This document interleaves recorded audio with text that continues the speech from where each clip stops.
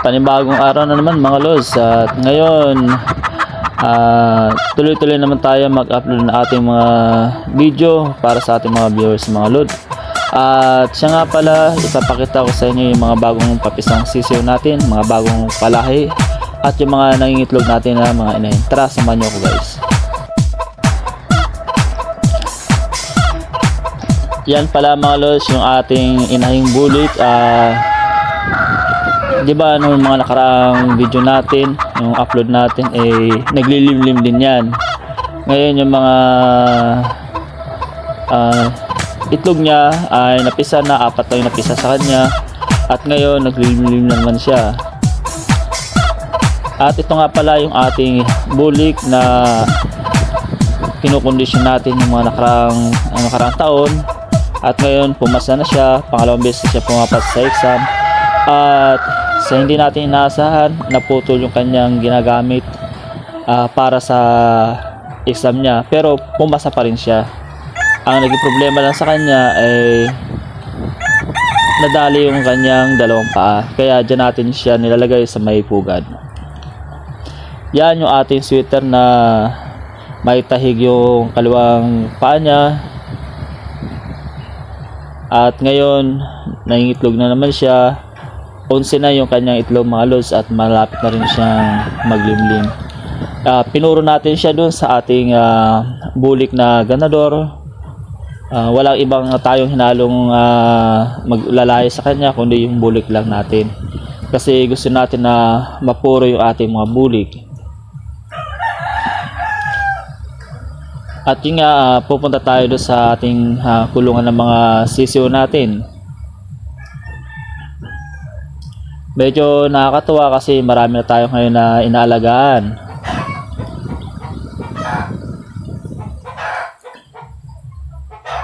Yan pala mga lods, yung binubuksan natin na pintuan ng ating sisiw ay mahigit nasa 4 days na yan. Yan yung 4 na yan dyan, yung wala pa ganong pakpak. Yan yung 4 days natin. Then yung iba mga sa 1 week na yan. At hindi sila pare-parehas yung edad nila, kasi nga dalawang inahin yan. At pinagsama-sama lang natin dyan sa isang kulungan, kasi hindi naman sila mag-aaway-away, kasi mga sisiw pa sila. Hindi katulad dun sa 1 month at saka yung mga 3 weeks talagang mag-aaway na sila.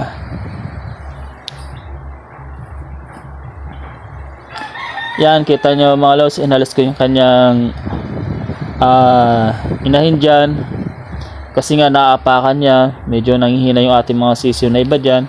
Inalis na natin para makakilos ng maayos yung ating mga bagong papisa dyan, at inilalagay na natin yan sa karton hanggang kaya na nila yung ginaw, yung lamig.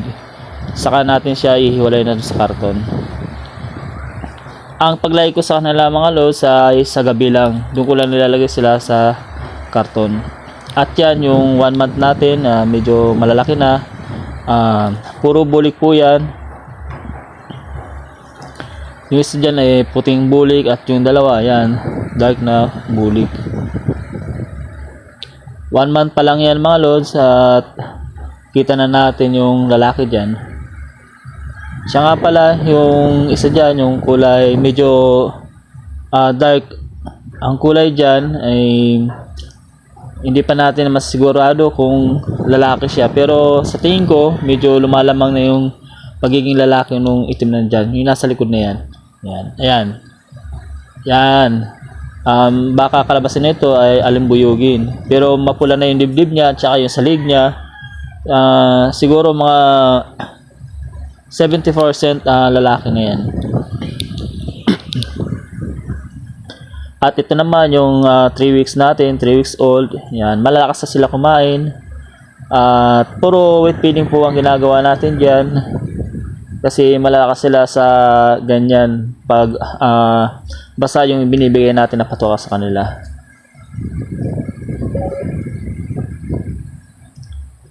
Yan nga pala mga lods, may hinalo ako dyan na 1 month, inalo natin dyan yung, yung sinasabi ko na parang hindi pa natin sure kung lalaki, isininama natin dyan, ay yun nga ang kinalabasan, nag-away-away sila. Kaya hindi muna natin pinakain sila ng isang araw, kasi kung papakainin natin baka magkaroon na naman sila ng sipon, at another gastusan na naman yan kapag nagkaroon sila ng sakit. 1 week na naman natin silang gagamutin,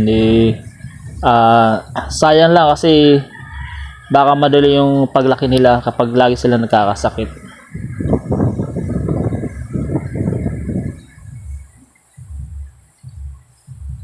Diyan nga sa nilalagyan natin ng kulungan natin, hindi sila masyadong nabababad sa araw dyan, kasi nga may mga puno tayo dyan sa gilid, nasa lilim sila.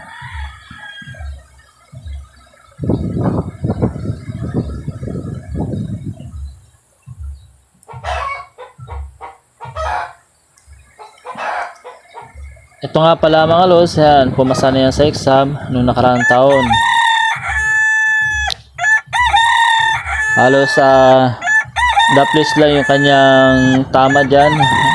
Parang hinagip lang yung kunting laman niya. At yan yung anak ng ating bulik. Dapat kasama yan sa exam ngayong linggo. At ang ginawa lang natin, yung tapin na lang natin ang isinabak sa exam, yung isasabak sa exam ngayon darating na linggo. Yan yung mga 5 months natin, at ito yung bulik natin, nasa 8 months na yan. Napakabata pa yung ating mga inalagang manok. At yan nga pala, yan yung anak ng ating tapi. Good din yung laro niyan, at maasahan din yan.